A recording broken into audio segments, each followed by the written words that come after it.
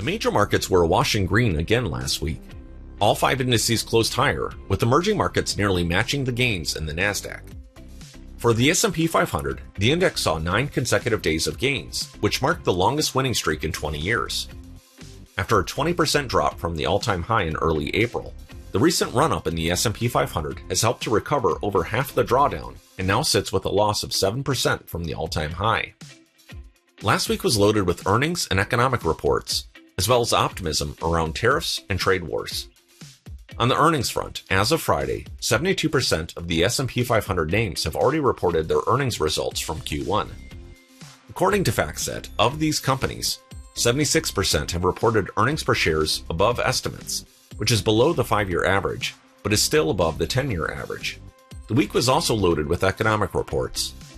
One which especially caught market analysts' attention was the initial release of Q1 GDP. As the Bureau of Economic Analysis highlighted, the drop in GDP was in large part due to a surge in imports, which acts as a negative to the overall number, ahead of the tariffs taking effect. Last week, China stated that they were currently assessing proposals by the United States, which gave indication that the country was seeking an alleviation to the current trade environment.